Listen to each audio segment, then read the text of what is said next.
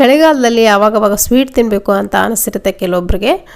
ಆವಾಗ ಸ್ಟೋರೇಬಲ್ ಆಗಿರುವಂಥ ಯಾವುದಾದ್ರು ಸ್ವೀಟನ್ನು ಮಾಡಿಡೋಣ ಅಂದ್ಕೊಳ್ಳೋವಾಗ ಇದೊಂದು ಪರ್ಫೆಕ್ಟ್ ಆಗಿರುವಂಥ ರೆಸಿಪಿ ಅಂತ ಹೇಳ್ಬೋದು, ಸ್ವೀಟ್ ರೆಸಿಪಿ. ಹೌದು, ನಾನಿವತ್ತು ಚಿಕ್ಕಿ ಮಾಡೋದು ತೋರಿಸ್ತಾ ಇದ್ದೀನಿ. ಶೇಂಗಾ ಚಿಕ್ಕಿ ತುಂಬಾ ಸ್ಪೆಷಲ್, ಚಳಿಗಾಲಕ್ಕಂತೂ ಇದು ಒಂದು ಫೇಮಸ್ ರೆಸಿಪಿ ಅಂತ ಹೇಳ್ಬೋದು. ಸೊ ವೆಲ್ಕಮ್ ಟು ತನು ಸ್ವಯಂ ಅಡುಗೆ. ಬನ್ನಿ ಹಾಗಿದ್ರೆ ಈ ಶೇಂಗಾ ಚಿಕ್ಕಿನ ಯಾವ ರೀತಿ ಮಾಡೋದು ಅಂತ ನೋಡೋಣ. ನಾನಿಲ್ಲಿ ಮೊದಲಿಗೆ ಒಂದು ಪ್ಯಾನ್ ಬಿಸಿ ಇಟ್ಕೊಂಡಿದ್ದೀನಿ. ಇದಕ್ಕೆ 1 ಕಪ್ ಆಗುವಷ್ಟು ಶೇಂಗಾ ಬೀಜನ ಹಾಕ್ಕೊಳ್ತಾ ಇದ್ದೀನಿ. ಚೆನ್ನಾಗಿರುವಂಥ ಕ್ವಾಲಿಟಿ ನಲ್ಲಿರುವಂಥ ಶೇಂಗಾ ಬೀಜನ ನೀವು ಆಯ್ಕೆ ಮಾಡಿಕೊಂಡು ಇಲ್ಲಿ ತಗೊಳ್ಳಿ, ಆವಾಗ ಚಿಕ್ಕಿ ಚೆನ್ನಾಗಿ ಬರುತ್ತೆ. ನೋಡಿ, ಶೇಂಗಾ ಬೀಜನ ಚೆನ್ನಾಗಿ ಫ್ರೈ ಮಾಡ್ಕೊಳ್ಬೇಕು.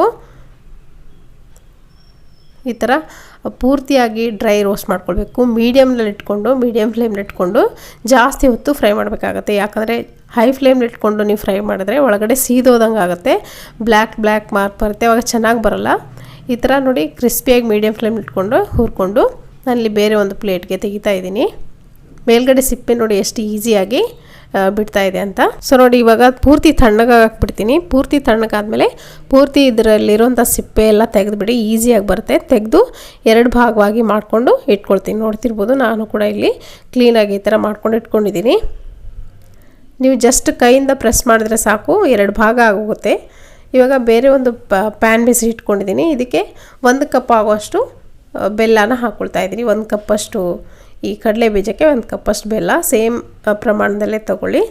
ಆವಾಗ ಟೇಸ್ಟ್ ಏನಿದೆ ಸ್ವೀಟ್ದು, ಅಂದರೆ ಸ್ವೀಟು ಚೆನ್ನಾಗಿ ಬರುತ್ತೆ, ಪರ್ಫೆಕ್ಟಾಗಿರುವಂಥ ಸ್ವೀಟು ಬರುತ್ತೆ. ಇವಾಗ ಪೂರ್ತಿ ಬೆಲ್ಲನ ಒಂದು ಹನಿ ನೀರು ಕೂಡ ಹಾಕ್ದೇ ಕರೆಸ್ಕೊಳ್ಬೇಕಾಗತ್ತೆ. ನೀರನ್ನು ಸೇರಿಸ್ಬಿಡಿ ಇದಕ್ಕೆ. ಸೊ ನೋಡಿ, ಜಸ್ಟ್ ಮೀಡಿಯಮ್ ಲೋ ಫ್ಲೇಮ್ ಇಟ್ಕೊಂಡೆ ಇದನ್ನು ಕರಗಿಸ್ಕೊಳ್ಬೇಕು. ಈ ಪೂರ್ತಿ ಪ್ರೊಸೀಜರ್ ಏನಿದೆ ಮೀಡಿಯಮ್ ಲೋ ಫ್ಲೇಮ್ ಇಟ್ಕೊಂಡೆ ನೀವು ಮಾಡ್ಕೊಳ್ಬೇಕಾಗತ್ತೆ. ಹೈ ಫ್ಲೇಮಲ್ಲಿ ಮಾಡಿದ್ರೆ ಸೀದೋಗುತ್ತೆ, ಅವಾಗ ಚಿಕ್ಕಿ ಚೆನ್ನಾಗಿ ಬರೋಲ್ಲ.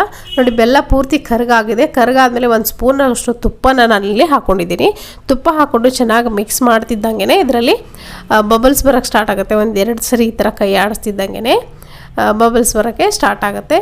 ಇವಾಗ ನೋಡಿ, ಇಲ್ಲಿ ಪಾಕ ತೆಗಿಬೇಕು ನಾವು ಚಿಕ್ಕಿಗೆ. ಪಾಕ ಯಾವ ರೀತಿ ತೆಗಿಬೇಕು ಅನ್ನೋದನ್ನು ನಾನು ತೋರಿಸ್ತೀನಿ, ನೋಡ್ತಾ ಹೋಗಿ. ನಿಮಗೆ ಹೊರಗಡೆ ಎಲ್ಲ ಮಾರ್ಕೆಟ್ನಲ್ಲಿ ಚಿಕ್ಕಿ ತಂದಿರ್ತಿರಲ್ಲ, ಅದೇ ಥರ ಬರುತ್ತೆ. ಇದರಲ್ಲಿ ಸೀಕ್ರೆಟ್ ಇಂಗ್ರೀಡಿಯೆಂಟ್ ಏನಂದರೆ ಆ ಥರ ಬರಲಿಕ್ಕೆ ಈ ಸೋಡಾ. ನಾನು ಇವಾಗ ಏನು ಹಾಕ್ತೆ ನೋಡಿ, ಅದು ಸೋಡಾ, ಬೇಕಿಂಗ್ ಸೋಡಾ ನಿಮ್ಮ ಅಡುಗೆ ಮನೆಯಲ್ಲೆಲ್ಲ ಸಿಗುತ್ತಲ್ಲ, ಅದನ್ನು ಹಾಕ್ಕೊಳ್ತಾ ಇದ್ದೀನಿ. 1 ಟೀ ಸ್ಪೂನಷ್ಟು ಸೋಡಾ ಹಾಕ್ಕೊಂಡಿದ್ದೀನಿ. ಸೋಡಾ ಹಾಕ್ಕೊಂಡಾದ್ಮೇಲೆ ನೋಡಿ ಕಲರ್ ಚೇಂಜ್ ಆಗಿದೆ ನೋಡಿ ಇದ್ರದ್ದು ಬೆಲ್ಲದ್ದು. ಲೋ ಫ್ಲೇಮ್ನಲ್ಲಿ ಇಟ್ಕೊಂಡೆ ಇದನ್ನು ಮಾಡ್ಕೊಳ್ಳಿ. ಇವಾಗ ನೋಡಿ ಪಾಕ ಚೆಕ್ ಮಾಡ್ಕೊಳ್ಳೋಣ. ನಾನಿಲ್ಲಿ 1 ಬೌಲ್ಗೆ ನೀರು ಹಾಕ್ಕೊಂಡು ಸ್ವಲ್ಪ ಪಾಕನ ಹಾಕ್ಕೊಂಡಿದ್ದೀನಿ. ಇವಾಗ ನೋಡಿ, ನೀರಿಗೆ ಹಾಕಿದ ತಕ್ಷಣವೇ ಇದು ಗಟ್ಟಿಯಾಗಿ ಕ್ರಿಸ್ಪಿ ಆಗಬೇಕು. ಈ ಥರ ಕೈಯಿಂದ ಕಟ್ ಆಗಬೇಕು. ಕಟ್ ಮಾಡಿದ್ರೆ ಅಥವಾ ಮೇಲಿಂದ ಬಿಟ್ಟರೆ ಸೌಂಡ್ ಬರಬೇಕು. ಇದು ಇವಾಗ ಆಗಿದೆ ನೋಡಿ ಪಾಕ. ಈ ಟೈಮ್ನಲ್ಲಿ ನಾನಲ್ಲಿ ಆವಾಗಲೇ ರೆಡಿ ಮಾಡಿ ಇಟ್ಕೊಂಡಂಥ ಕಡಲೆ ಬೀಜ ಏನಿದೆ ಅದನ್ನು ಹಾಕ್ಕೊಂಡು ಕ್ಲೀನಾಗಿ ಮಿಕ್ಸ್ ಮಾಡ್ಕೊಳ್ತೀನಿ. ನೆನಪಿರಲಿ, ಮಿಕ್ಸ್ ಮಾಡ್ಕೊಳ್ಳುವಾಗ ಗ್ಯಾಸ್ ಫ್ಲೇಮನ್ನು ಆಫ್ ಮಾಡ್ಕೊಳ್ಳಿ, ಯಾಕಂದರೆ ಸೀದೋಗುತ್ತೆ. ಇದೇ ಟೈಮಲ್ಲೇ ಸುಮಾರು ಸರಿ ಚಿಕ್ಕಿ ಪೂರ್ತಿಯಾಗಿ ಕೆಡುವಂಥ ಚಾನ್ಸಸ್ ಇರುತ್ತೆ. ನಾವು ಫ್ಲೇಮನ್ನು ಆನ್ ಇಟ್ಕೊಂಡೇ ಕಡಲೆ ಬೀಜ ಹಾಕ್ಕೊಂಡು ಮಿಕ್ಸ್ ಮಾಡ್ಕೊಳ್ಳೋ ಹಾಗಿಲ್ಲ. ಫ್ಲೇಮನ್ನು ಆಫ್ ಮಾಡಿಕೊಂಡು ಮಿಕ್ಸ್ ಮಾಡ್ಕೊಳ್ಳಿ, ಯಾಕಂದರೆ ಆಲ್ರೆಡಿ ಪಾಕ ಆಗೋಗಿರುತ್ತೆ, ಮತ್ತೆ ಅದನ್ನು ಬೇಯಿಸಬಾರ್ದು. ನಾನಲ್ಲಿ ಮತ್ತೆ 1 ಟೀ ಸ್ಪೂನ್ ಆಗುವಷ್ಟು ಹುರ್ಗಡ್ಲೆ ಹಿಟ್ಟನ್ನು ಹಾಕ್ಕೊಳ್ತಾ ಇದ್ದೀನಿ. ಇದೊಂದು ಸೀಕ್ರೆಟ್ ಟಿಪ್ ಅಂತ ಅಂದ್ಕೊಳ್ಳಿ, ತುಂಬ ಚೆನ್ನಾಗಿ ಬರುತ್ತೆ. ಹುರ್ಗಡ್ಲೆ ಹಿಟ್ಟು ಹಾಕಿ ಚಿಕ್ಕಿ ಮಾಡೋದ್ರಿಂದ ನೀವು ಹೊರಗಡೆ ಎಲ್ಲ ತೊಗೊಂಡು ಬರ್ತಿರಲ್ಲ ಚಿಕ್ಕಿ, ಆ ಥರ ಬರುತ್ತೆ ಟೇಸ್ಟು. ನಾವು ಚಿಕ್ಕಿ ಹೊರಗಡೆಯಿಂದ ತಿನ್ನೋವಾಗ 4 ಆಣೆಗೆ 1 ಚಿಕ್ಕಿ ಸಿಗ್ತಿತ್ತು.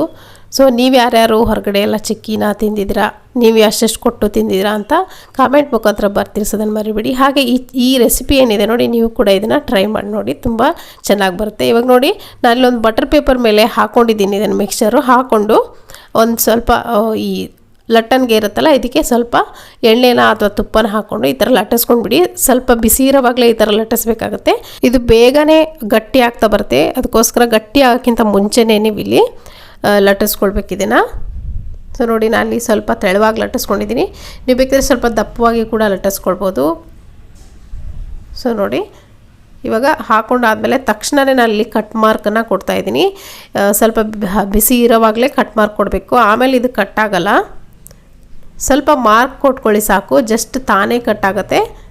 ನಿಮಗೆ ಯಾವ ಶೇಪ್ನಲ್ಲಿ ಬೇಕೋ, ಎಷ್ಟು ಚಿಕ್ಕದಾಗಬೇಕು ದೊಡ್ಡದಾಗಬೇಕು ಅನ್ನೋದನ್ನು ನೋಡಿಕೊಂಡು ನೀವು ಮಾರ್ಕ್ಗಳನ್ನ ಕೊಟ್ಕೊಳ್ಳಿ.